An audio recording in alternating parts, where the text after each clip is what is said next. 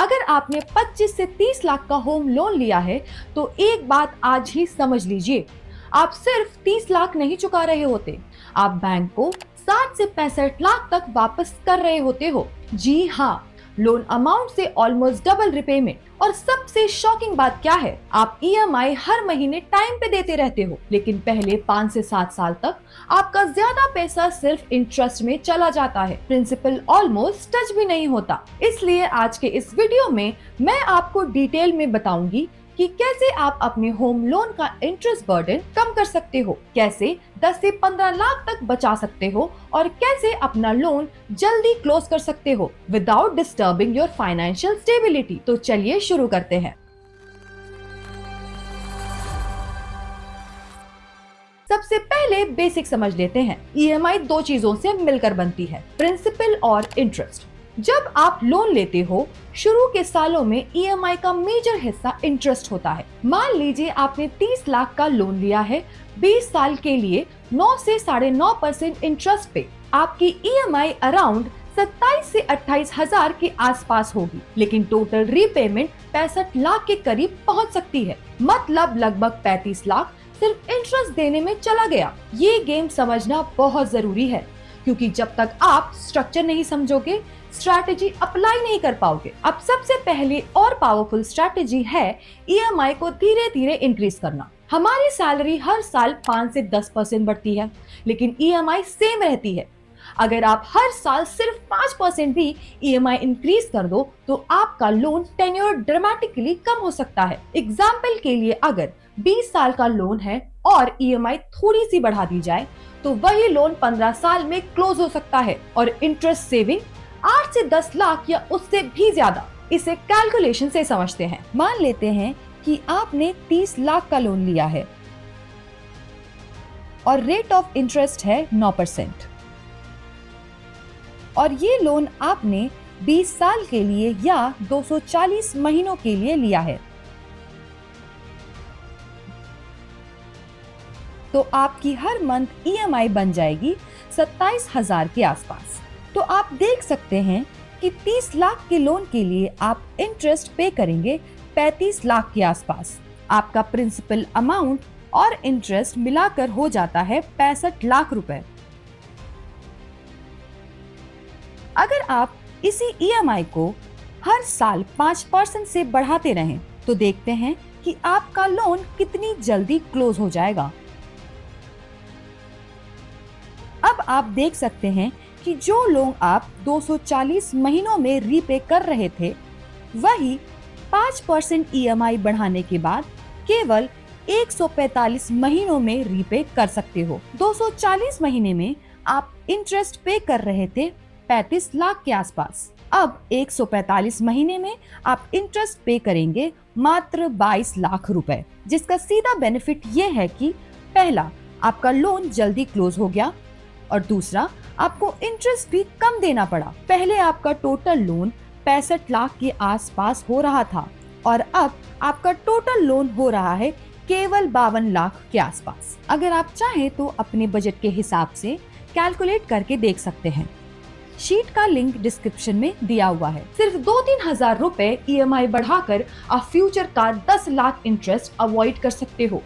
ये कंपाउंडिंग का reverse effect है। जितना जल्दी प्रिंसिपल कम होगा, उतना कम इंटरेस्ट लगेगा। दूसरी स्ट्रैटेजी है बैंक से इंटरेस्ट रेट कम करवाना। बहुत लोगों को पता ही नहीं होता कि बैंक्स नए कस्टमर्स को लो इंटरेस्ट देते हैं, लेकिन पुराने कस्टमर्स का रेट ऑटोमेटिकली रिड्यूस नहीं करते। अगर आरबीआई रेपो रेट कम करता है या मार्केट रेट्स गिरते हैं तो आपको प्रोएक्टिवली बैंक को कांटेक्ट करना चाहिए। अगर आपका सिबिल स्कोर स्ट्रांग है और रीपेमेंट हिस्ट्री क्लीन है तो नेगोशिएशन पॉसिबल है। कभी कभी बैंक 0.25% या कुछ कन्वर्जन चार्ज लेकर रेट रिड्यूस कर देते हैं। आपको कैलकुलेशन करनी है। अगर 0.5% भी रेट कम होता है तो 20 साल में 3 से 4 लाख का डिफरेंस आ सकता है। तीसरी पावरफुल स्ट्रैटेजी है प्री पेमेंट। जब भी आपको बोनस मिले, इंसेंटिव मिले या कोई लमसम अमाउंट मिले, उसका पूरा पैसा म्यूचुअल फंड्स या एफडी में डालने से पहले सोचिए कि क्या उसका एक हिस्सा लोन रीपेमेंट में जा सकता है, क्योंकि इंटरेस्ट आउटस्टैंडिंग प्रिंसिपल पर लगता है। अगर प्रिंसिपल कम होगा तो फ्यूचर का इंटरेस्ट ऑटोमेटिकली कम हो जाएगा। मान लीजिए आप 4th या 5th ईयर में 2 लाख का प्री पेमेंट कर देते हो, तो आपका इंटरेस्ट बर्डन काफी कम हो सकता है और टेन्योर भी रिड्यूस हो सकता है। लेकिन एक रूल याद रखिए, अगर आपकी ईएमआई आपकी इनकम का 33% से ज्यादा है तो प्री पेमेंट सीरियसली कंसीडर करना चाहिए। और अगर फ्लोटिंग रेट लोन है तो usually banks pre payment penalty charge नहीं करते, फिर भी अपने बैंक से कंफर्म करना जरूरी है। चौथी स्ट्रैटेजी है रीफाइनेंस करना या लोन ट्रांसफर करना। कभी कभी मार्केट में फेस्टिव ऑफर्स या लो इंटरेस्ट स्कीम्स आते हैं। अगर नया इंटरेस्ट रेट कम से कम 1% या उससे कम है तो रीफाइनेंस कंसीडर किया जा सकता है। अगर आप फ्लोटिंग रेट पे हो और इंटरेस्ट रेट्स बढ़ने वाले लग रहे हैं तो फिक्स रेट कंसीडर कर सकते हो, और अगर आप फिक्स रेट पे हो और मार्केट रेट्स गिर रहे हैं तो फ्लोटिंग में स्विच कर सकते हो। लेकिन कन्वर्जन चार्जेस और लॉन्ग टर्म बेनिफिट का कंपैरिजन करना जरूरी है। इमोशनल डिसीजन नहीं, प्योर नंबर्स के बेसिस पे डिसीजन लो। अब एक बहुत सिंपल लेकिन पावरफुल हैबिट की बात करते हैं, ईएमआई डिसिप्लिन। ईएमआई मिस करना सबसे बड़ी फाइनेंशियल मिस्टेक हो सकती है। इससे पेनाल्टी लगती है, क्रेडिट स्कोर डैमेज होता है और फ्यूचर में लोन लेने में भी प्रॉब्लम आ सकती है। इसलिए बेस्ट प्रैक्टिस ये है कि ऑटो डेबिट सेट करो और ड्यू डेट से पहले अकाउंट में सफिशिएंट बैलेंस मेंटेन रखो। लोन सस्ता तब लगता है जब डिसिप्लिन स्ट्रॉन्ग होता है। अब अगले पॉइंट पर आते हैं जो लोग इग्नोर कर देते हैं, होम लोन इंश्योरेंस या टर्म इंश्योरेंस। अगर आपके डिपेंडेंट्स हैं तो लोन अमाउंट के बराबर का टर्म इंश्योरेंस लेना स्मार्ट डिसीजन है। अगर फ्यूचर में कोई अनफॉर्चुनेट इवेंट हो जाए तो इंश्योरेंस कंपनी लोन रीपे कर देगी और फैमिली को डेट फ्री घर मिलेगा। लोन और रिस्क को अलग नहीं कर सकते, दोनों को साथ में प्लान करना पड़ता है। एक और इम्पोर्टेंट एंगल है टैक्स बेनिफिट का। होम लोन पर प्रिंसिपल और इंटरेस्ट दोनों पर टैक्स डिडक्शंस मिलते हैं। कभी कभी आप जितना इंटरेस्ट दे रहे हो उसका एक सिग्निफिकेंट पार्ट टैक्स सेविंग के थ्रू रिकवर हो जाता है। ऐसे केस में ब्लाइंडली लोन जल्दी क्लोज करना फाइनेंशियली स्मार्ट डिसीजन नहीं होता। हर सिचुएशन में कैलकुलेशन करना जरूरी है। नंबर्स देखो, टैक्स इम्पैक्ट देखो, फिर डिसीजंस लो। और लास्ट स्ट्रेटजी जो काफी लोग यूज करते हैं वो है टॉप अप लोन। अगर आप पर्सनल लोन या कार लोन पे 13 से 15% इंटरेस्ट दे रहे हो और आपका होम लोन 9% पे है तो आप होम लोन पर टॉप अप लेकर हाई इंटरेस्ट लोन क्लोज कर सकते हो। इससे ओवरऑल इंटरेस्ट बर्डन कम हो सकता है, लेकिन प्री क्लोजर चार्जेस और प्रोसेसिंग फीस चेक करना मत भूलना।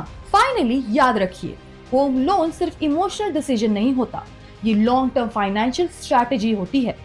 ईएमआई आपके कैश फ्लो के हिसाब से चूज होनी चाहिए।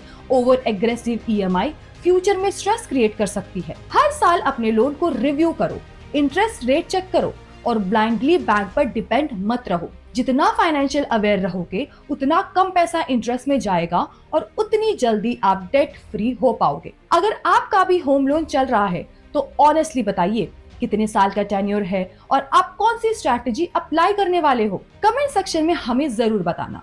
अगर वीडियो अच्छा लगा हो तो वीडियो को लाइक करना, शेयर करना, चैनल को सब्सक्राइब कर देना। मिलते हैं नेक्स्ट वीडियो में, तब तक के लिए स्टे इन्वेस्टेड।